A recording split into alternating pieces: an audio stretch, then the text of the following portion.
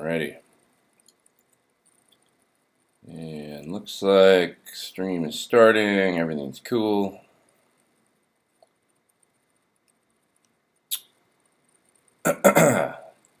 Good morning. What's up, people? Anybody there? There you guys are. What's happening?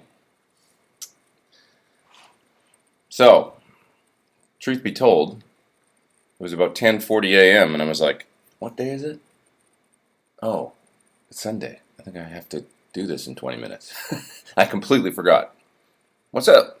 Algeria. Awesome. Texas. What's up, Texas? Do I do live on stream lessons? Not lately, but probably will do that again at some point. I used to do, there was a company called, excuse me, Study with a Star, and I did some like Skype lessons with them, and that was really cool, actually. I don't know if they're around anymore, but I'll probably do that again at some point. Somebody says, if I was going to build a Strat, sorry, that's, Oxen says, if I was going to build a Strat from scratch, what hardware and configuration would I go with? I'd probably do like, well, there's either the sort of the Swamp Ash Maple thing, with the sort of the 50s pickups, or the more alder rosewood, and I would investigate probably a whole bunch of different stuff when it came to pickups and hardware and stuff if I was going to have fun and make one on my own. Yeah.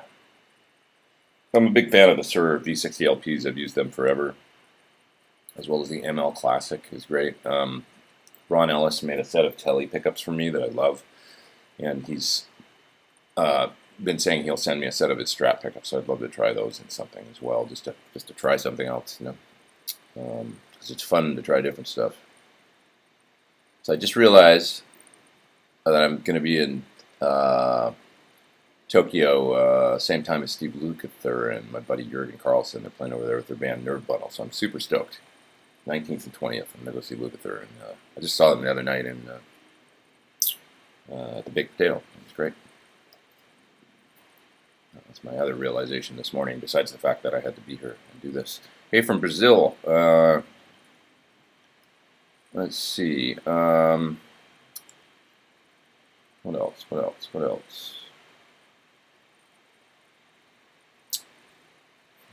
Crazy chat jumping around. I'm going to try and do better and go faster this morning so that I don't miss stuff in the jumping around chat window. I can thwart it.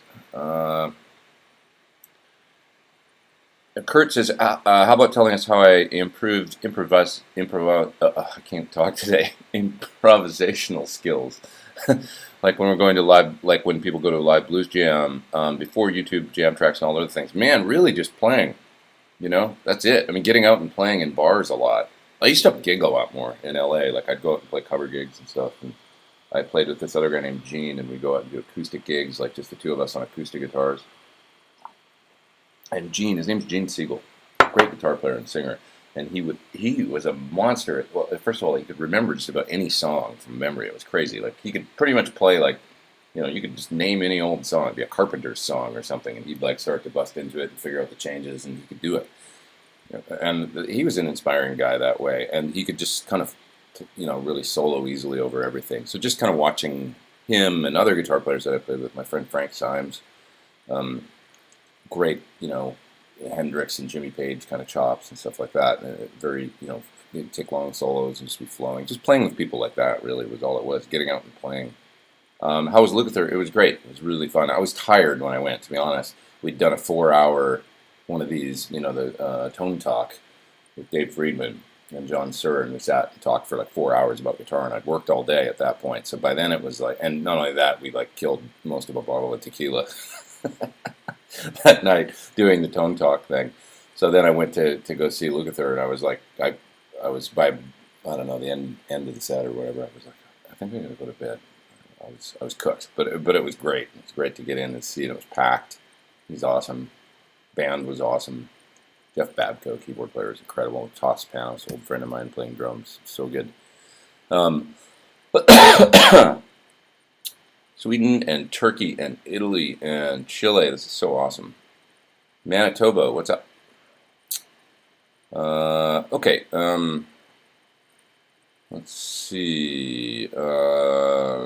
Benny's saying, "Let me know if you still do lessons." I probably do lessons at some point again. The Skype thing, I quite enjoyed it doing the like booking Skype lessons and, with people from all over the place. I didn't do it for very long, but it was cool. I don't really like the organizational aspect of teaching, like putting together the schedule and having to be at a certain place at a certain time. It doesn't really work very well for, I know that sounds silly, but it's just like all that stuff, like, and then people have to reschedule and all that kind of stuff just drives me crazy. But something about the Skype thing, it was like you could just sit there and sign on, and it was very simple. You don't have to drive your car anywhere and go or whatever. You know what I mean? It worked well for me, and I did like it. I do like teaching. It's just the all the logistics that I guess I don't like.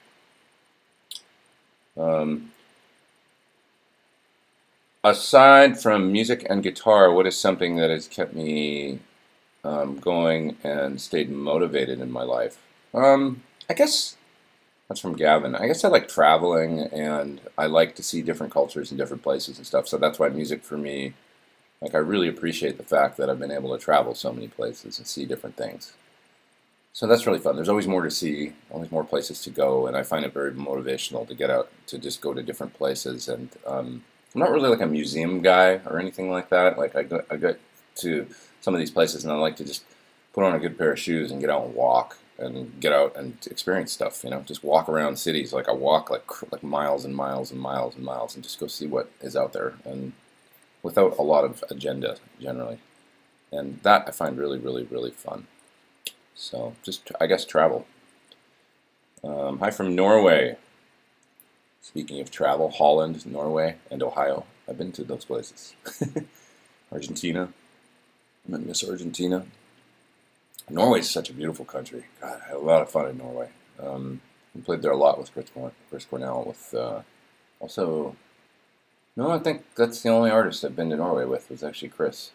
But we played Oslo and Christensen and way up in Tromsø. It was like 200 miles north of the Arctic Circle in Norway. It was an amazing place. Really loved it. Beautiful. I'm starting to learn the modes. Do you think it's best to learn one pattern of each mode or all the patterns of one mode and then move on? Well, modes to me, this is from Aaron, modes to me are more about, it's all a one big scale, you know? And it's like, it's just what notes you sort of tend to start and end on, your phrases, that sort of dictate if you're playing in a mode or not. So I know it's like a pattern. We think of like, oh, this position is the Phrygian mode and this position's the Dorian mode, but really it's not about the pattern, it's about the note you're starting on and the note that you're kind of ending the scale on that gives it that sound. You're playing the same 7 notes, you know, so like if you're in, you know, G, you know, G major, you know, you're playing a G major scale, starting on G and up to G and back down, it sounds like G major, right? But if you just play that same G major scale starting on the note A in the same position, so if you're here and you're, right? Okay, now that's G major, but if you just start on A, skip the first note, now I'm playing A Dorian in the same position. Does that make sense? Like all I did was instead of starting on the 3rd fret G, I started on the fifth fret on the A note, right? So it's not really about the position that you're in. It's about the tonality of the note you're kind of starting on and kind of ending on. Will give you, there's the A minor, right? Or sounds like G, right? G major or A Dorian, obviously a minor mode and a major mode, 2 different things. But I'm playing the same 7 notes in the same position. It's just where I kind of start and end my phrases on that gives it the tonality. I don't know if that helps clarify anything for anybody, but anyway. Have I ever practiced and played classical guitar? No, not really, I have to say. First guitar I ever picked up was a classical guitar, and I played it for about 6 months before I got my own first guitar. It was a borrowed guitar that from the high school that my sister was going to at the time, and she was in a guitar class, and that was the first guitar I ever got to kind of jam around on. I think I learned like Stairway to Heaven or something on it eventually. but I don't know how to play classical guitar. When's the next Tim and Pete show? We actually have one in the can with George Trips, and it was, you just reminded me. It was sent to me the other day, and I haven't had a chance to check it out yet, so I got to look at it. But it's ready to go. And then we're going to do another one as soon as we can with Laurie Basilio as well, so which I can't wait to do. So the one should be coming out with George like this week, I would think. Well, no reason why we shouldn't put it out this week. George is, the mastermind behind Way Huge pedals, and works for Way Huge, designs things for MXR as well now. He's a really cool guy. See, nerdy, but would like to know what's your take on different capacitor values and types for the tone control on guitars. I'm sort of the mind that the type of capacitor doesn't really matter that much, to be honest. That'd be something to talk to John Sir about, but he's kind of, and as far as the tone control goes, I remember a test. There's a test that maybe Joe Gore or somebody did on YouTube, and they tried a bunch of different caps to see if you could hear the difference and recorded it. It's probably out there on YouTube. Maybe it was would have been on the Guitar Player or, Premier Guitar website, I think. And it was like, you can't really hear the damn difference between a bunch of different types of capacitors, but the values is definitely something. And I don't have a great, like, an 0047 or an 047 or whatever, the different, I don't actually know that stuff. I always just ask John, like, what should I put in my Strat or whatever on the tone control. Okay, there's a good question about, from Alexander. To push an amp for solos, would I recommend the Rocket IQ? What's the IQ? I don't know that pedal. Or the Rockaway. So the Rockaway is more like a Klon style drive, but with a graphic EQ. And then the regular Archer is more like a Klon, right? I don't know what the IQ is. I've never tried that. But the Rockaway, as opposed to the regular Archer, is an interesting, because you can do this crazy stuff with the Rockaway Archer. First of all, if you set it flat, what it's like is having like a Klon style drive, but with the tone control removed. And basically it does an amazing clean boost at that point. So you turn the gain all the way down, no drive, and just bring up the gain, and it is transparent as can be, because there's no tone circuit in it if it's set flat, the graphic. You've taken that treble control out of the standard kind of Klon circuit. And then once you start to bring up the drive, it's kind of a more transparent version of the Klon, but with the drive, and then you can, of course, push up the mid bands and do fun stuff, And I found that when you push up the middle two bands, kind of the middle two high bands on it, if you knock one of those all the way up the top, it sounds like you got a wah, like just dimed, like in the, the really cool, like stuck wah position. Super cool. So I really enjoy the Rockaway Archer a lot. I like traditional down here on my little board here. I've got the regular Archer, and it's, I don't know, you guys know, I just love Klon style drives. Jonathan wants to know how I get my haircut. Well, I go to Floyd's, and somebody goes, shaves the sides, and then snips the top, and that's it. Let's see here. Hi from Switzerland. How was the show Friday night? It was a Lukather's show, a band called Nerve Bundle that he does with Jürgen Carlson and Toss Panos and Jeff Babko. Badass dudes. It was great. Really cool. I was kind of not in the best part of the room. I was like some way off to the side, and but it was cool. I mean, Steve's amazing. Good evening from Denmark. Love Denmark. Copenhagen. Haven't been there for a minute either. How do you dial in a good blues tone on an amp? Turn it up. You got to turn it up. That's what I would say. So you got to get it. To me, a good blues tone is all about setting an amp so that it's busting up a little bit, and then controlling the tone with the guitar volume. The tone, I say, but really like the amount of overdrive. You can if you set the amp so that it's basically, it will clean up when the guitar volume's on 6 or 7, and then when it's on 10, it's kind of crunching up a bit, and then you hit it with a quality drive. That's good blues tone, I think. Somebody did a thumbs down already. One of my haters. I get nervous if they don't show up. I worry about them if they don't appear. I worry about their well-being. Uh, I have very few haters. You guys, some people are so nice, generally speaking, and it's a good thing on my. It's awesome, actually. My YouTube. Um, I love the good vibes. The good vibes. Okay, I'm gonna back up a bit and to more questions. Well, it's long here. Telly versus Strat. I can't pick. Love them both. I mean, ultimately, I guess Strat for me because the most comfortable thing. Did I ask Luke to play on my new record? I didn't. I saw him before the gig and we talked for a minute, but I probably maybe I will in Japan. I'll see him over there. Get up the courage to be like, come on, dude, play a solo on my record, please. I do have one song on my record that I'm working on right now that has got. I'm not even going to give away, but it's got 3 of the greatest guitar players on it. It's awesome. So I'm super excited about it. It's kind of a Pink Floyd kind of jam with a lot, like a big open kind of Gilmore-y zone for people to play on, and it's turning out really cool. So I'm excited about that. I can't stay on too long today because I really actually want to get over there, and I've got some stuff I have to do tonight, and so I want to get in a good solid at least 5 hours of tracking some guitars for the record today, because next week I got to go to clinics, and well, I'm behind schedule, but I'm doing the best I can. Let's see here. Let's chat, backed way up in it. Okay. I got back on track here with the questions, I think. Somebody's asking, have I tried the Moore radar? Not yet, but I have one here and I haven't checked it out yet. Sure sounded cool in that Ola video. Seems like it works good.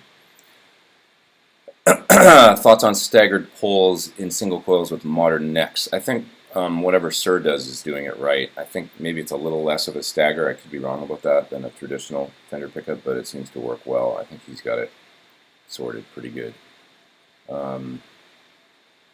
Do I ever change wiring in stock guitars? Yeah, I have, like Les Pauls and stuff. I've switched out the pots for true 500K and done 50s wiring and all that stuff on guitars that didn't come with that.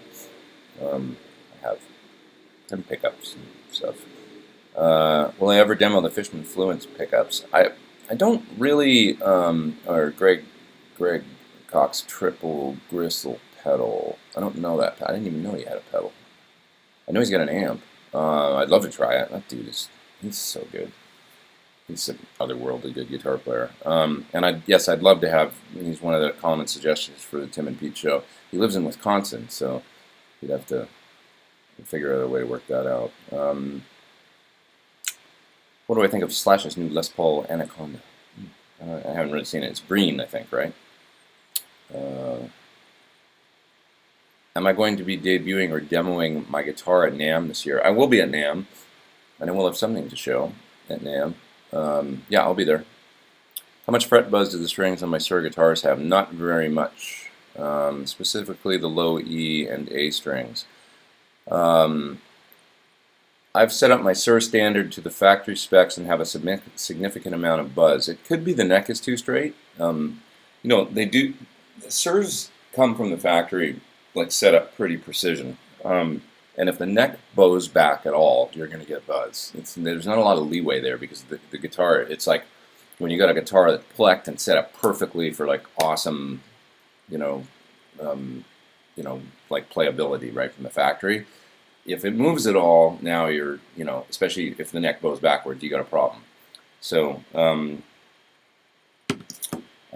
basically what I would check is to make sure the neck is not bowed backwards, and a simple way you can do that is hold the string at the first fret on the G string, and then hold it at the 22nd fret on the G string with your thumb like this, and then look at if you can push it down at all around the 12th fret at all. And right now on this guitar I can barely do that, and it actually needs to be loosened a little bit because all my guitars, whatever's going on with the weather this week, have bowed backwards a little bit. So I've got a little bit of fret buzz in the lower frets of this guitar, consequently. There should be a little bit of a gap at the 12th fret if you'd like your necks relatively straight, but just with a little bit of bow like I do. So that's how you can check it. Check it out and see. And if you've still got buzz, then, yeah, I don't know. Maybe there's something else going on. Sometimes I have found, I will say, over the years, not initially, but over the years, these tusk nuts, which are quite slippery and work really well, sometimes as the strings rub over the E and the A, the nut slots can go down a little bit. Like, and then you start getting like over, after a couple of years, the E will start buzzing all of a sudden, and that's just a factor of like the I think the nut material or something like that. But it's a soft nut material that, or not soft, a slippery nut material that, and maybe it is soft. I don't know anything about it, but that is something that I've noticed. And then I'll have to get my guitar looked at. But that's after like a couple years, generally. Okay.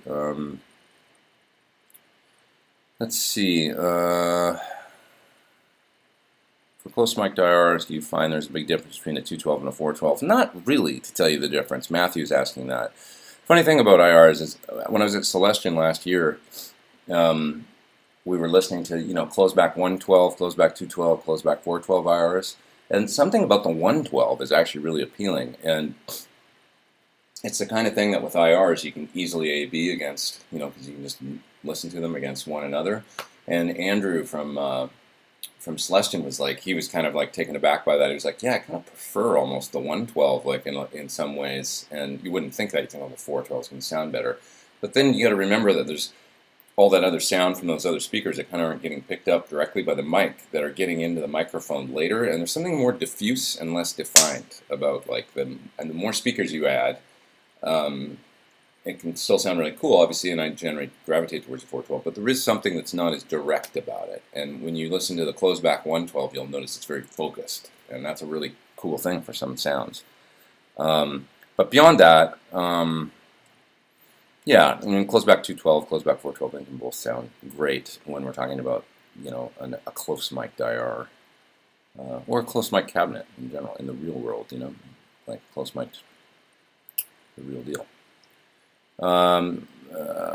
Let's see. Cousin Vinny says he likes the new Bios amp demo. Thoughts on Celestion IRs versus Ownhammer? I think they're both really good. I like the Ownhammer IRs quite a bit, and still use them sometimes. The Celestion ones, one of the nice things about them is that they're distilled down. There's not a ton of options there. They're just the right options. So it's like, generally I like greenbacks. I like occasionally V30s. I like 65 sometimes, or blues, and it's like, or the creambacks sometimes, and it's like you can just go right there, pick their mic mix, drop it in, and it works. And now I get to work, and I like that about it. With the Ownhammers, there's a lot of options there, which is awesome. But I don't. Sometimes it's like, which one do I want? I'm paging through the. Really, it does come down to that for me many times. It's like a lot of options, and it's like, which one do I pick? And with the Celestions, this is going to work. It sounds great. Let's go, and get the work done. And they do have a very like sort of forward, up front, immediate sound that tends to work well in a mix. John says, don't forget to visit the Tokyo Tower. I love Tokyo Tower. Going up there and looking at the city and stuff, it's cool. I do that sometimes. I'm not really crazy about Roppongi, so that's the only thing, because it's down there by Roppongi. But sort of tend to like sort of trip around in Shibuya and Daikanyama and Ebisu and those neighborhoods. It's a little bit more chill. Let's see. Was wondering if I was playing with Don Henley in October 2010. Yes, I was. Might have seen you play and not realized it. Yeah, that was the first tour I did. Was the fall of 2010. No, or was it 2009? Fall of 2009 actually. But yeah, I was with him from 2009 till 2015. Did I get a chance to try out the new 2.3 line 6 firmware update? Not yet. I have not. Thoughts on tuning down a half step or full step with regards to tone, playability, and a singer's range? I love the sound of a guitar in E flat. It just sounds good to me. I mean, the whole like Van Halen, Hendrix, Stevie Ray Vaughan. The guitar in E flat just sounds cool. I would play an E flat all the time if I could. It just sounds cooler. I don't know. And the strings are a little slinkier. It just feels good. But yeah, my Strat's been in E flat, my old Strat, for I don't know, 7 years or something. It's just set up in E flat, and I just leave it there. Let's see. Why not Northern Hard Ash? The Hard Ash thing's cool, and I have the one guitar like that. It's like the Van Halen thing. It's brighter to me. The harder ash is got this bright, it's like, and it's unmistakable. It really works for when I plug in that one guitar. I have the black one with the tortoiseshell guard and the single humbucker and the Floyd. It sounds like the early Van Halen. Like it's radically different than my other guitars. Bright and cutting, just aggressive. Um, okay, how does the Musicom Lab compare to the Boss ES8? Well, a couple things is the Musicom allows you to A/B two outputs. You can pick whether you want the A output or the B output active per preset, and it's got a built-in ISO transformer for the B output, so that's really cool for my rig. So that's one thing that the Boss won't do. The Boss looks great though. I know Dave Friedman really likes the Boss. I think it's great they came out with a killer switcher and that it's readily available, and because that's the only thing with some of these switchers is they're from smaller companies, and if you're halfway around the world and your switcher breaks or something, you've got a problem maybe. Whereas you could, if worst came to worst, you could go out and pick up another Boss probably from a music shop or something. So I think that that's really cool. But I love my Musicom Lab stuff. And a lot of people with the pedalboard video, they're like, why didn't you get the gig rig? It was like the common thing. It's so much better. It's so much better. I didn't realize there was so much passion about switchers. But Musicom, I've had a long relationship with. Hyung Woo there is really cool to me. He's a super nice guy, the Mulan guy. And he's Musicom as well. And so I just, have been using his switchers for a long time. I'm comfortable with them. I know how to navigate the programming. And, it's like that. It's like, why do you buy another car of the same brand as the one you've had twice before? Because you're like comfortable with it or you're used to it. Jim is saying the train wreck amp's great on the Helix. Yeah, I want to give it a try. I got to do the update. I just don't have time, to be honest. It's like I got the clinics on. I'm trying to get the record done. It's like every spare minute I'm like trying to record, and then it's like, oh yeah, I got to get that video done, and then I'm trying to finish 2 records, Holly Henderson's record and my own. And then I got to go to Japan on the 15th, and then everything kind of stops for 2 weeks while I'm over there. Low gain or high gain? Both in the same song. That's what I say. Good morning from Holland. What's up, Holland? What do I think about Fast Fret and similar products? I've used a little bit of that, like the spray and stuff. It works kind of cool. Finger ease, I kind of like that stuff actually. I used to use it when I was a kid. Okay. Let's see. Looking for another question here. As usual, the chat has gotten convoluted and is jumping around. Not you guys getting convoluted. It's just trying to follow the thing moves on my screen, the chat box, and I can't. I realize I'm way back answering questions again that I maybe already did. Let's see here. Jim liked the Tone Talk thing that we did on Friday. Yeah, it was good. It was long again, 4 hours. Any advice on minimum wattage for rock or heavy 2-guitar bands? I say 50. 50 is a good number. I don't know that anybody needs more powerful amp than 50 these days. Modern PAs and stuff. But 50 is a nice number for. So it's, 100 watt has a thing. It does. It's got a bold thing that there's just more clarity and headroom for certain tones. More like it's like sub bass or something that can be cool. I guess and that's what the heavy guys probably like about it. It's like real clear. Yeah, same reason why you have a 300 watt SVT bass amp. It's probably too much power, but there's no substitute for horsepower, I guess, if you're trying to get like really bold. Not even necessarily volume. There's like a fullness or something, but realistically, I think 50 is probably right for a lot of guitar players.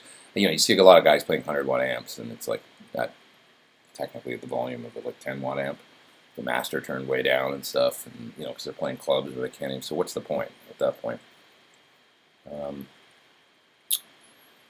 Okay.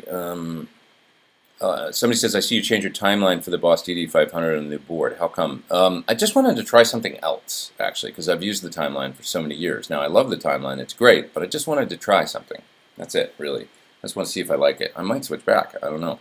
It's also very easy to use, and it's got that great screen, and that's good for me because I'm so blind.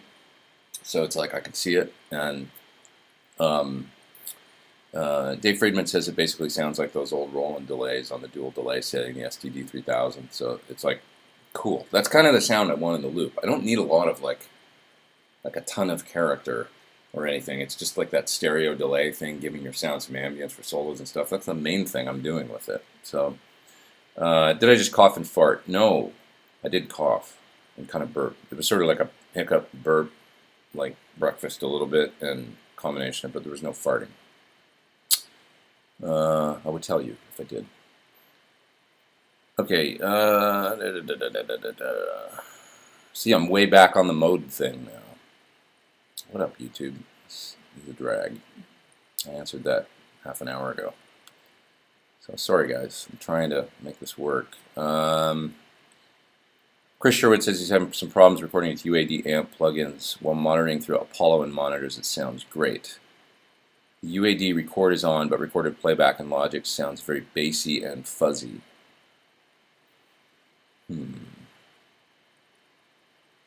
Something's going on that's not right.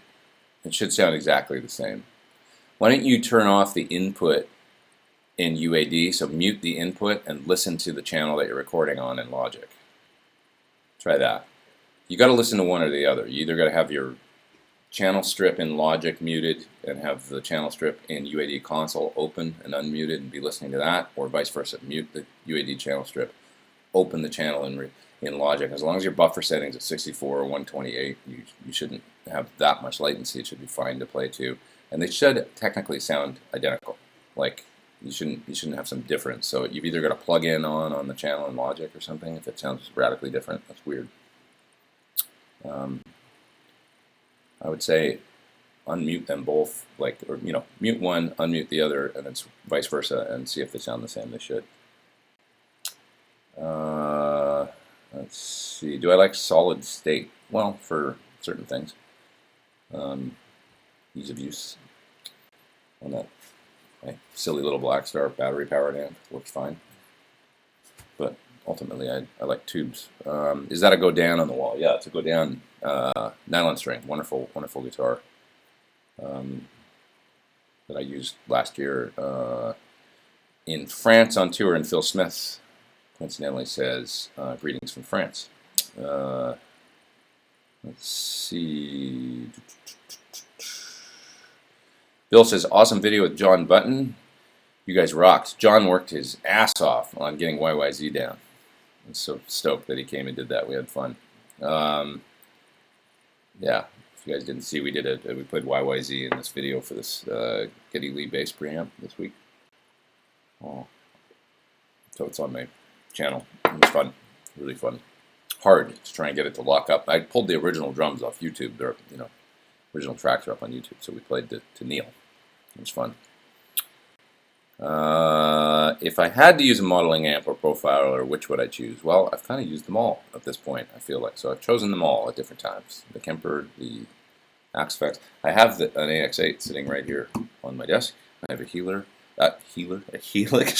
right below it on the floor, and I have a Kemper right there, all within. Here, I'm touching them all right now. Yeah. I actually like different things about all of them. What country did I find the most interesting? Well, I got a real affinity for Japan. I love going to Japan, and I could live there actually because I like the people so much and the culture, and the food, and they love music, and they're smart. It's just like there's no downside. I'm sure I would discover a downside, if I lived there for a while. But I do love it there. There's something about it really has always resonated with me since the first time I was there 20 years ago. That's a good question. Do you live in LA because you want to or feel you have to? And I ask myself that sometimes these days. I don't know I don't know. I like the weather and I'm comfortable in Southern California. I'm used to it. It's very expensive now, and I'm not sure that originally what I came here for is here anymore. In other words, you can do stuff on the internet now and do your work kind of anywhere. It's not really it's pretty much next to impossible to buy a house here unless you're consistently making $150,000 or $200,000 a year or something. It's just so expensive. So it's really it's a question I ask myself a lot these days. You know, it's like maybe I should, I don't know, go somewhere else, try somewhere else. Can we hope for a PT20 and Hedgehog 20? My answer to that is yes, definitely. You can definitely hope. I mean, it's my goal. Like, definitely, the goal is to work towards a lower power, really versatile, awesome sounding amp. It's light, you know. I'll just say that. And it's something that we've been thinking about for a long time, and you know, making progress towards. Hi from Dubai. Hi, Jay. All the way from Dubai. Amazing. Um, let's see. From Costa Rica, will I release tutorials for songs from the upcoming album? I think I will, yeah. I'll probably partner again with Jam Track Central, because that worked really well. They do all the hard work. Basically, you just have to play through the song, and then they do the transcription and stuff, and you just provide them with a -1 mix, and that works really well. I like the Jam Track Central people. Probably do that again for at least a couple, three songs or something. Yeah. Might be fun to do it actually with this song that I've got all the guests on. That might make it cool. I hadn't thought of that until now, but maybe that's a cool thing, like where you've got a bunch of different guitar players on one track, and Jam Track Central could transcribe it all, and then some like 11-year-old kid will play like all our parts perfectly all the way through on YouTube next week after you put it out. Do I walk around packing heat? That's awesome. Thoughts on a travel guitar, short scale, or other ideas for keeping chops up while on vacation? I've seen various ones. I mean, there's all kinds of them out there now, and I've tried some that I wasn't that crazy about. I know the Little Baby Taylors are really nice for an acoustic guitar. They're super well made. I would probably look for, like, to tell you the truth, I'd probably look for an original Steinberger or something, you know. Isn't that what Bonamassa does? Doesn't he have a Steinberger backstage travel? That's probably what I would get. Is I'd look for a vintage Steinberger. It's because they're like bulletproof, composite, and they're small, and be awesome to have one of those things. I'm gonna go look after on eBay. Any idea if Sir has plans to put the Thornbuckers in a Classic Pro series? I don't know. I have no idea actually. Good question. What am I drinking? I'm drinking Pete's Coffee, Major Dickinson's, my old standby. It's delicious. Amps in the Zone 2, Blackface. I want to borrow John Sir's Blackface. He's got a 64 Super Reverb. So I'd love to borrow that and then have that in my old basement in a video, I think. That'd be that one and then a Vox one I want to do for sure. It's going to be January or February, though, before I can do another one. I just don't have time. Belgium and Hong Kong, hello. What do I think of the Bogner Uberschall Twin Jet Head? Have not tried it. I've never played an Uberschall. Tony says left-handed and Thornbuckers. He's in the UK. He's thinking of putting the Thornbuckers in the neck and bridge position on a Strat guitar. Would you need to turn the pickups around? Well, yeah, you'll just orient them. You know, exactly like you would think. Yeah. What's my favorite amp sim? Kemper Helix. Well, my absolute favorite, probably, or to tell you the truth, no, I can't pick. All right. I really like playing my own profiles that I made on the Kemper because they're my profiles. It's my amp. So it's like I instantly feel comfortable on them. I made them years ago, and I did them once. I should probably redo some again. But they always work. They sound good. It's like, yeah, that's the tone I'm familiar with. There's a lot of other factors with modelers, right? Like whether or not there's a foot pedal included, and expression pedal, and what are the effects like, and all that stuff. So depending on all that stuff, it can. Wow, we got 433 people online right now. That's good, amazing. Indiana, what's up? How many scales do you know to play? It's funny. I don't really think about scales that much when I'm playing. I just sort of understand the key that I'm in, and then I find the notes a lot. And then later on, I might think about it and go, oh, I guess I'm sort of playing in this scale. But if that makes sense. Um, what kit would I recommend for a budget pedal board under 1,000 pounds with an AC-15 Blues Deluxe, and you need to cover cleans and light drive sounds, but epic? Well, you could assemble a small pedal board. If you're using an AC-15 and Blues Deluxe, I would probably just get like a small board and try and limit it to a few pedals. Like get an H9 or something that does a whole bunch of time-based stuff, and pick a couple drive pedals. And I would get a compressor, and you gotta have a compressor for my clean sounds. I just love it. Um, like this is a great pedal right here, man. The Analog Man King of Tone. You could get this, and you got the hot side and the cleaner side, which is actually my favorite side, the yellow side. Sounds amazing. Get that and a compressor and an Eventide H9, and the base H9. Then just put a few things in it that you need, and you're in for probably $1,000, I would think. Simple pedal board.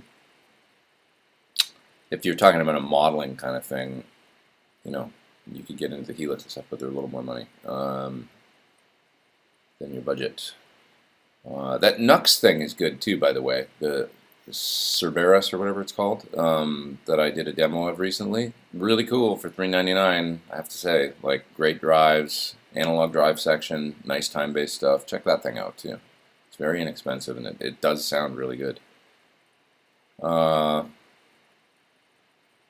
Do I have any advice for musicians looking to move out to LA from England? That's from Richard. Well, it's hard, there's the immigration issues, and integrating yourself in the scene. What I did is just get out and meet people. You got to get out and play, and if you're a good player and you go out to, there's a whole bunch of jam nights now in LA. There's one on Monday, there's one on Tuesday, different jam nights at different clubs where you go and sit in and play. You actually kind of got to go and meet people and then like sign up for them, sort of. They're not like just get up, and not like random jams. They're like sort of organized jams where everybody shows up and they know what time they're going to play and stuff. But it's like the turnout. There's a lot of musicians doing them. That's a cool way to. I go out to those sometimes, and I, play occasionally and just watch people. And just amazing players that show up. Video games, yeah or nah? The funny thing about video games is I totally get it, like, because I've gotten sucked into playing video games a couple times in my life, and like where you, like, like totally get obsessed with it and get addicted, and then I have to sit there and like master the game. It's funny, I went like this, like I'm playing guitar, but it's kind of the same thing. Like you get into it and you get sucked in, and like you want to master it and and then you get to the end and you're like, that was amazing, I made it all the way to the end, and you're like, what did I just do with all my time? So that's the only problem that I have with them. Like I could have been learning a foreign language or getting better on guitar or any of that stuff. So like you got to turn your brain off sometimes and just relax, and have some escape. But I just worry that it's like, it seems like people that play video games sometimes get really into it, and then it's like that's their thing, and it's a pastime and everything. And I get it. It's like, what does playing golf get you? Really, I guess, or shooting hoops or whatever. It's like at the end of it, well, they're more physical, so they're good for you, I guess. But I don't know. I do feel like when I'm not spending time putting music together, or playing songs, or I'm not like that's my path or whatever. So it's like I'm kind of one-dimensional, I guess. Planning a visit to Japan, Iced Coffee Tones says, and Iced Coffee Tones is wondering where the best guitar shops are for under $2,000 Les Paul style guitars. Go to Crews, Crews, in Shibuya, Crews. Awesome people, and they make really, really nice guitars. And they're not, you can definitely get for under $2,000 a cool, like around $1,000, I think, or maybe a little bit more. They make really cool, all the copies of stuff, and really beautiful guitars, actually. And Tokai and all that are around. If you go to Achanamizu, you'll find that there's a shop there with all the Tokais and stuff. They're kind of jerks in there. They don't really like you to pick up the guitars. And, I don't know, but it's They do have a wide selection of, go to Ochanomizu and find the store with all the Takais. I can't remember where it is. Check that out. And then also go to Cruise in Shibuya. And Key Music also has a whole bunch of, they sell Cruise and other brands as well. And Key Music is within walking distance across the freeway from, I'm going to go over this freeway thing. You'll see when you get there. But where else? Go to just the Ikibe store in Shibuya as well, which is around the corner from Key Music. It's called the Guitar Jungle, Grandi Guitar Jungle, I believe. Yeah, find that, and you will have so many options that you won't know what to do at that point. Joe says, really interested in what I'm thinking about the DD500 and anything I miss about the timeline. Once I get into it, the board's almost done. It's not quite done, but once I get into it and start, I'm going to have about 4 days to program it up for Japan. So I'll be diving in deep in about a week. What kind of music do I listen to in my spare time? Is it always rock? No, it's not. I tend to listen to, in LA here, I listen to KCRW a lot, which is like the kind of college radio station, Santa Monica college radio, and they play all kinds of stuff. And they do Morning Becomes Eclectic, and they've always got new artists on there. Or older artists that have been playing, but it's always interesting playing live, and it's really cool. I listen to a lot of like all kinds of stuff, and I got into years and years ago. I got into kind of listening to like chill out electronic music, and I realized it was because it's got no mid-range in it a lot of the times. There's not that guitar frequency that I'm always hearing when I'm playing. And it's nice to get variety sometimes and like have something else that's completely different and kind of is musical but isn't so that mid-range centric kind of stuff. So I like that a lot, actually. And then I listen to a lot of stuff, man. Like I'm actually like really cool with listening to like I say, electronic music or urban music or country music or all kinds of stuff. Americana. I'll always love, like Tom Petty and just good, simple songwriting.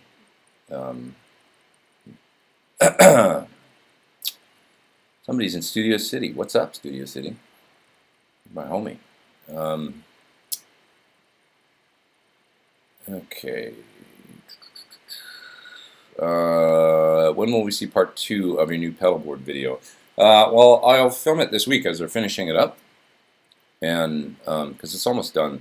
They're just finishing the cabling and stuff like that. So as soon as it's done and finished, and I can kind of show it, I'll do probably a shorter part 2, and then part 3 will end up coming out probably in January, and it'll be like, because I'm going to film actually using it in Japan because I'm going there to play, and so I'll do a little bit in rehearsal and stuff, and hopefully, sound check or something like that. I can show it at the gig and all that, and then maybe, compose another song or whatever and put it out. Maybe I'll do a song. I was thinking, because I got to do this anyway, I'll do a song for a pedalboard video, but I'll put it on my record too, because the record I got to get done in January. So that makes sense to kind of, kill 2 birds with 1 stone, record a song with the pedalboard and put it on the album. So maybe I'll put out the 3rd one the day the album comes out. Maybe I should put out the video right around the same time. Yeah. Just work that out in my head right now in front of you guys. Thought on amp models in Mura G200. I haven't tried it. I have some of the preamp pedals here and the Rocket, but I haven't checked it out. Alexander's asking follow-up question about to push an amp for solos. Would I recommend the Rocket IQ or the Rockaway? Is the Rocket IQ a compressor? Sorry, I don't know what that pedal is the thing. So I have no familiarity with the Rocket IQ. Putting compression before dirt, though, if it is a compressor, is not something I really do. Just because the dirt is already compressed. So, and the noise floor tends to be, when you run a compressor in front of dirt, it can get hissy. So I'd probably just stick with the Rockaway is a fantastic lead boost. If you want to push an amp for lead, that would be the way I would go. The nice thing about it is that It allows you to focus your sound in the mid-range if you want to, which is something I like to do. I like to push up the mid-bands, maybe drop the bass a little bit to keep it tight, much like a tube screamer does or something like that, just naturally, you know. But to be able to do that and kind of tune it with the graphic is really nice. And then when you hit the lead boost, it really, you know, now you got a tone that cuts. You can really shape the tone as well as add some drive. I think that's really cool. Any certain reason why I didn't put the timeline on the new pedal board? And really, it's out of just wanting to try something else. You know, it's like why I've been doing the same thing for 7 years, and I just want to hear a different delay. Just it's fine. You know, I like the timeline. My rotary switch on it, where you select the models, which is also what you do to pick letters when you're naming presets, is kind of broken. So that's another thing. It drives me crazy because when I name a preset, I got to sit there and spin it until I can get it to work. But it's been that way for years. Yeah, so I should replace it with another one. But no, really, I mean, I've been happy with the sound and everything. I just want to hear something else and see if there's. I don't know if I'll like the other one better or not. I need to get it with the whole rig stereo and stuff and hook it up. I'm just experimenting. I know it'll basically do what I want it to do. It's like, you know, apples against apples these days. All these things sound good. Let's see. Do I recommend some picking exercises? Do I think about pick angle? Not really. I've at different times I've actually tried to refine my own picking technique over the last few years and change some things, and I always fall back into the same old patterns that I don't really think about. When I used to do it, I used to just practice, like when I used to really practice picking, I'd really practice minimal movement and just using the very tip of the pick the faster that I got, so that I was trying to, you know, be efficient, basically. I think I recommended like some of the Steve Morse and Paul Gilbert videos. Steve Morse ones are great for skipping across strings and sort of picking through arpeggios, because he's always alternate picking. That's what he does. And Paul Gilbert, he's my monster picker, obviously, so I would just sort of copy or try to copy what he did. So any pick chops I have, I probably attribute to those two guys. What else we got here? Move down a little bit. I gotta go soon because I gotta get to work and go record. Okay.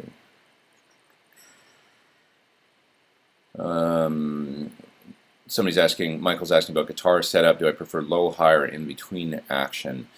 We talked about this a little bit on Tone Talk the other day. I really like it rather low, but I don't like the guitar to buzz too much, that's for sure. So it's just it's a balancing act all the time. I'm constantly adjusting truss rods and trying to make the guitar not buzz, but keep it low because my hands aren't the strongest. Kind of wimp, really. What are your thoughts on the Marshall JTM1? I have one here, right behind me, and I love it.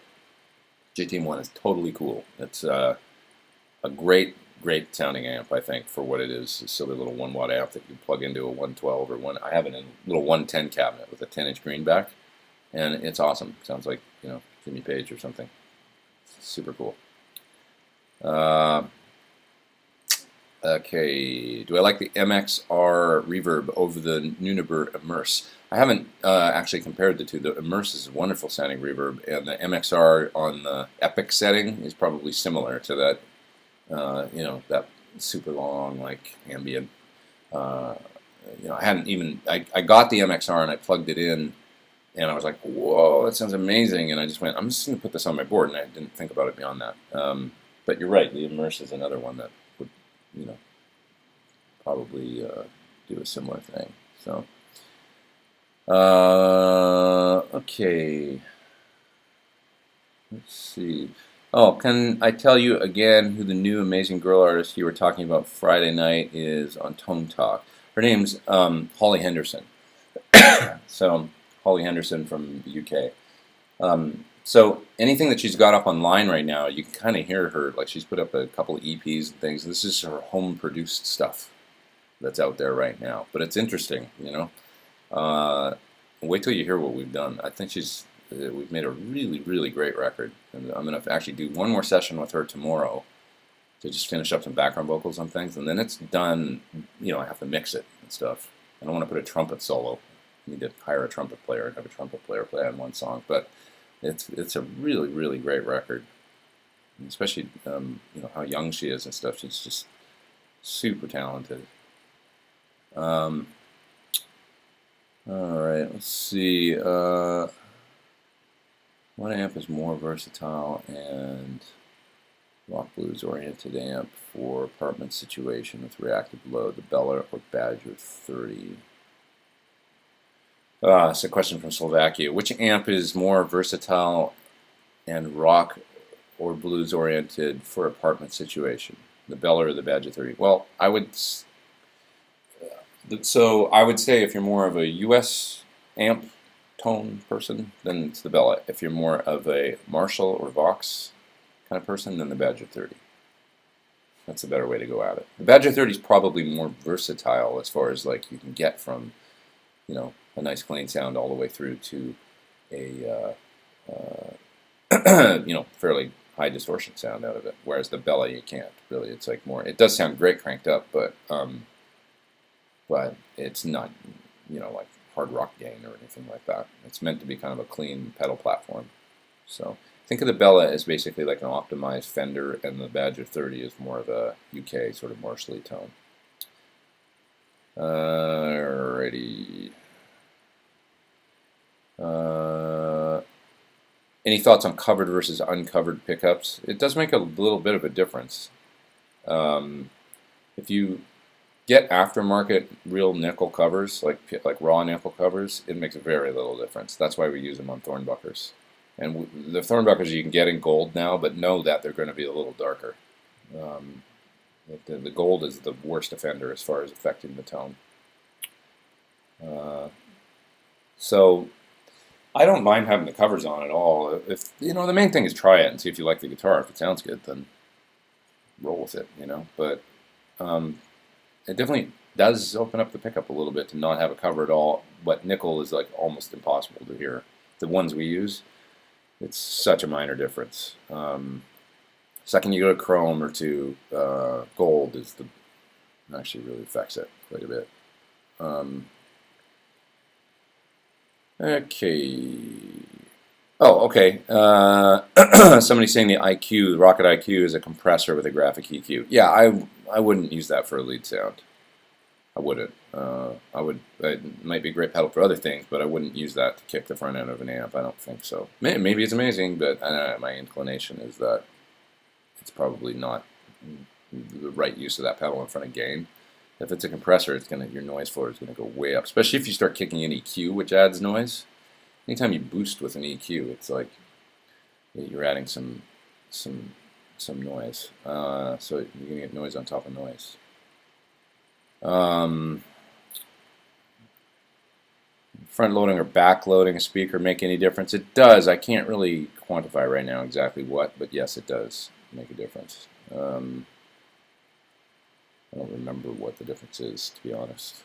I could ask John that. There's probably IRs out there that we compare it to, but it definitely makes a difference. Can I read music? Mud from Alberta is asking. Not really. I mean, I can. I can pick through. It takes me forever. It's like a beginner. I'm terrible at it. I used to play violin and clarinet, and I could read good on both of those. Like when I was at junior high, I could read pretty decent on clarinet. So I understand the basics and stuff, but I can't read on guitar. I've never practiced it. I suck at it. Let's see. Have I tried the Marshall Mini Silver Jubilee? I have not. Would a Gretsch Projet be a good guitar for a total beginner? It could be. I don't know. Maybe. Or that Projet is like an overseas made. Maybe all the Gretsch guitars are made overseas now. I don't know. Main thing is that it's set up good. Most guitars these days are pretty decent. Like as long as you get it, even if you could take a crappy guitar to a good tech or somebody with a plec or something, you can generally make them play like halfway decent. And that's the most important thing for a beginner, is that it doesn't fight you too much.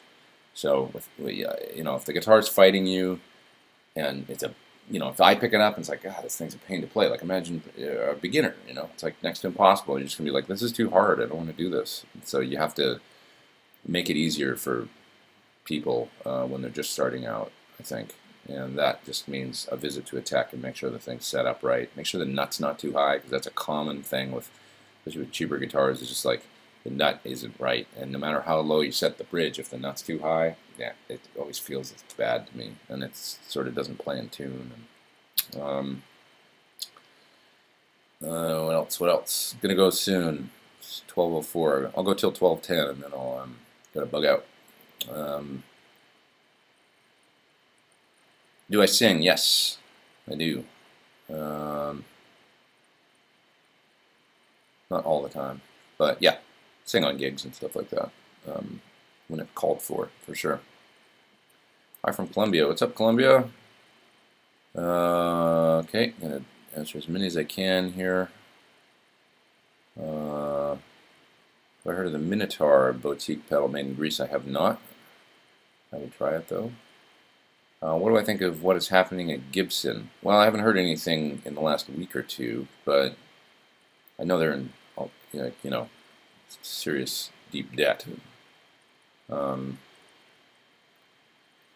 Honestly, I think the number one thing that is happening in the guitar industry is people are realizing there's a ceiling. There's not some like infinite growth potential, and that while you want to move forward in the guitar world and make things better, it's like people are also traditionalists and they like things the way they like things. So it's like Gibson is a company that, let's be honest, it's like when I think about Gibson, it's like I want a 59 Les Paul and I want a SG Special and I want those old guitars. That's all I really want out of them. They can move things forward, but it's like I want optimized versions of those old instruments. That's it. And sometimes they've gotten off into the weeds too much. That's just my personal opinion. But I know it's shared by a lot of people. I mean, forget the robot tuners and the USB jacks on guitars and stuff, and just make us the guitars that, I said recently, it's like if I was those guys, I would, like in my ultimate world that's not reality, I would go and buy the old factory back in Kalamazoo, and if there's anybody left there at Heritage that was on the floor in the 50s and 60s, employ those people and mine as much information as you can about the way that guitars used to be made there, and maybe hire people like Gil Yaron and Tom Bartlett to just have at it and build what they want to build in those shops, and let's make Gibson guitars great again. Not to say they're not making some great guitars. They are. I mean, some of the stuff that I saw come out after 2013 or 14, the historic stuff, looked like the best stuff that they'd ever done, I will say, But it did bother me that, like, when I bought a 2009 59 reissue, that they still made improvements after that. Because that was supposed to be the 50th anniversary, 2009 59 reissue. I thought I was getting one of 500. It was going to be a limited run, right? And I bought that guitar at Guitar Center. And it's a good guitar, but it's not as cool as the ones that came out in 13 or 14, where they finally took the condom off the truss rod and started using the hide glue or whatever. Not that that makes a difference, but that thing that it's like, oh, every year they get more and more like that. Can we just like have the damn guitar like that's made like the way that we want it, Which is why I got a Urine, It's like, there it is. It's amazing. That's all I wanted. I just wanted the damn guitar that was perfect, So,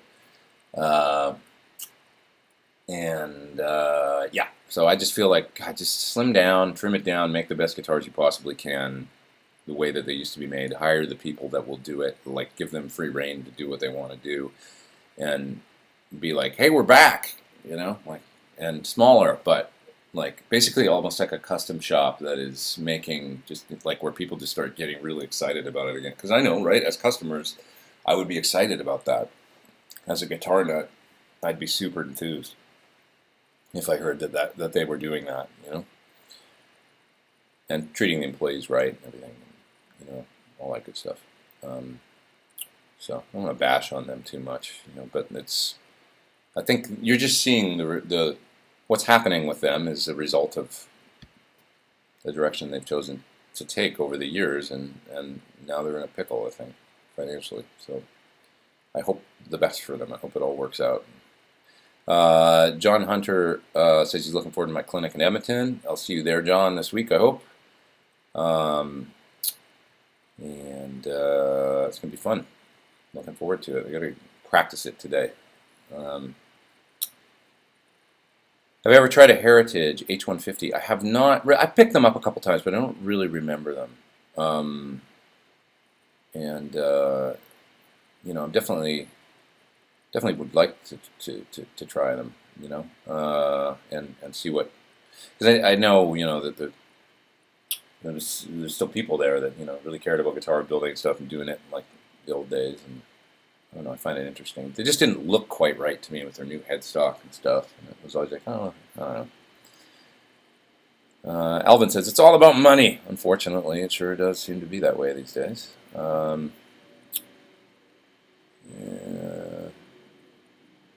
Okay. Somebody says they have a 2013 custom shop, Les Paul 1960 reissue. It's very nice. Yeah, I mean, I saw some great ones. They get beautiful ones in Japan, so they sure look like nice guitars. It seemed like, picked up a few of them.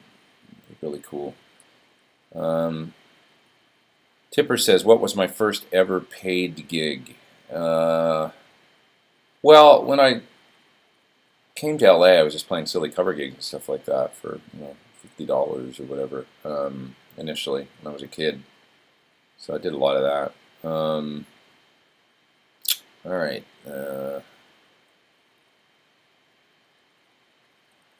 Let's see here. Looking for more. Floyd or Kaler? I've only had one guitar with a Kaler. It was kind of cool. I like the way they felt. The action of the bar was really nice on Kalers, but they kind of messed the tone up, and man, you had to cut a lot of the guitar out to put those things in. Okay, I'll go all the way down to the bottom here and answer a couple more, and then I got to sign off. Looking for a different solo boost pedal that works good in conjunction with a way huge green Rhino. What would I recommend? Well, you kind of have the Tube Screamer thing covered there with the green Rhino, so you could get a Klon type drive like an Archer or something. That would give you a slightly different character, or you could go all the way and get like a fuzz and have that tone. So I really like the Starlight fuzz from, I got one right here, Crazy Tube Circuits. I think it's a great fuzz pedal for people that don't normally use fuzz, because it's almost like a distortion at lower levels, and then it morphs into a fuzz. And I turned Peter Frampton onto that pedal, actually. He has one on his board. It's just a great lead tone. Just the Starlight fuzz in front of a clean sound. It's super cool. And it works with buffers and everything. Really, really nice pedal from Crazy Tube Circuits. And the other one I really like these days is the BAE Hot Fuzz. It's a treble booster and fuzz in one, and it's just like a big, surly, you can turn on that treble booster and the fuzz at the same time, and it's just got this awesome, big, fat, gnarly tone that is not like a shredder sound. It's like it's like something, Queens of the Stone Age would use or something. So nice alternative to your Green Rhino sort of tone. I think a fuzz is a nice alternative to like the Tube Screamer into the On Edge of Breakup. Then you got two radically, vastly different sounds. Even if it's an Octavia type fuzz or something. You go see Landau play or something, and he switches his sounds. It's not like he's got a big pedal board. It's just like he's got a few tones that are pretty radically different, and then you get these different colors. So I would say that go get a cool fuzz of some sort. Okay. Best speaker to pair with a 100-watt Plexi style amp for percussive sounds. Well, I'm just a greenback person with Plexis, because the reason is they tend to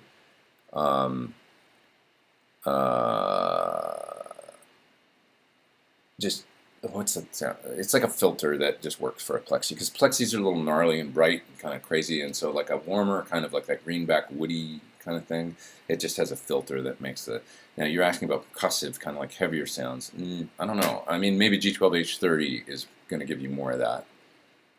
So maybe like a Heritage G12H30, the 75 hertz version, or maybe the 55 hertz version, which is the bass version, could give you a cool, like that bigger kind of. I would try that, or a mix can work good in the 412.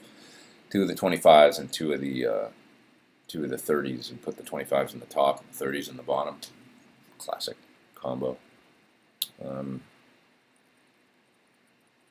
Okay, Marshall plugs from UA. Yeah, they're good. The Marshall plugs are cool. I've actually used them on quite a few things. like recording and stuff. They do sound really good. Have I tried the red ecstasy Bogner versus the blue? I did a video on them both a few years ago, where I'm using them both. A number of years ago, 6 years ago, maybe when they first came out. The red's cool. I think the Bogner pedals were great. The blue and the red were both. I never tried the Uberschall, but those were really solid pedals. Still used the blue up till recently. I just don't have space for it on this new board, so I had to trim down. But good pedal. Okay. How does the Thornbucker neck compare to a Duncan 59? It's going to be a little lower output, I think, than a Duncan 59. And I don't know. I've never directly A/B'd them, to tell you the truth. We just tuned in the Thornbucker neck until I was like, yep, that sounds good. And so I haven't actually A/B'd it. But it's a really great sounding neck pickup. That's all I'll say. It's just really clear and it just does what I want it to do. You know, this is a really cool tone. How come I didn't end up in one of the big '90s bands? Well, I tried. I did. I was in a bunch of bands in the '90s that had 3 or 4 bands that had record deals, you know, and you get out there and you make a record and then you tour a little bit for a couple months and the whole thing falls apart and then you spend 6 months depressed and you move on to the next one. And after doing that for a while, before I knew it, it was the year 2000. I did try. That's what I was doing in the '90s. While starting to tour as a sideman and stuff too. Okay, well, I should probably get going, you guys. So one last question. Pedro says, fuzz before or after overdrive? I would put fuzz first. Fuzz is definitely better, usually closer to the front of your chain, even if there's not a buffer issue. So that's my general recommendation there. Steven says, when I'm micing amp, where do I generally place the mic? Generally, I do it if this is the speaker and this is the dust cap in the middle. I'll put the mic right where the dust cap meets the paper, just off to the side a little bit. And then if it's too bright, I move it about an inch further or less. You know, it's just like further away you get from the center, it's going to get darker. So don't put it right in the middle, generally speaking, unless you want Van Halen 1. But just move it a little bit further out, and then just off to the side, and then just move it out if it's too bright. It can sound good in a club or stuff to put it a little further away, a little further off from the center than I would when I was recording. I'll say that.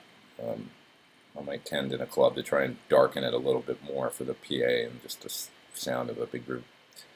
Kurt says, thanks for your time. You are a classy guy and a very classy player. Thank you, man. I appreciate that. And it's a nice thing to say. And I can't thank you guys enough for being here and joining me for my coffee on Sunday morning. I'm glad anybody wants to come by and do this with me. It's really fun for me. And I am headed to Canada this week, so the next time I see you all, I will have done a couple of these clinics. I'm really excited about it, and if you're in Edmonton or Calgary, please come out this week. Guitar Works, and that's on the 6th, and then Edmonton will be on the 8th at Stan Guitars, and it's going to be fun. So come out and see me track a tune, and let's hang out. All right, you guys, have a good week, and I'll talk to you real soon.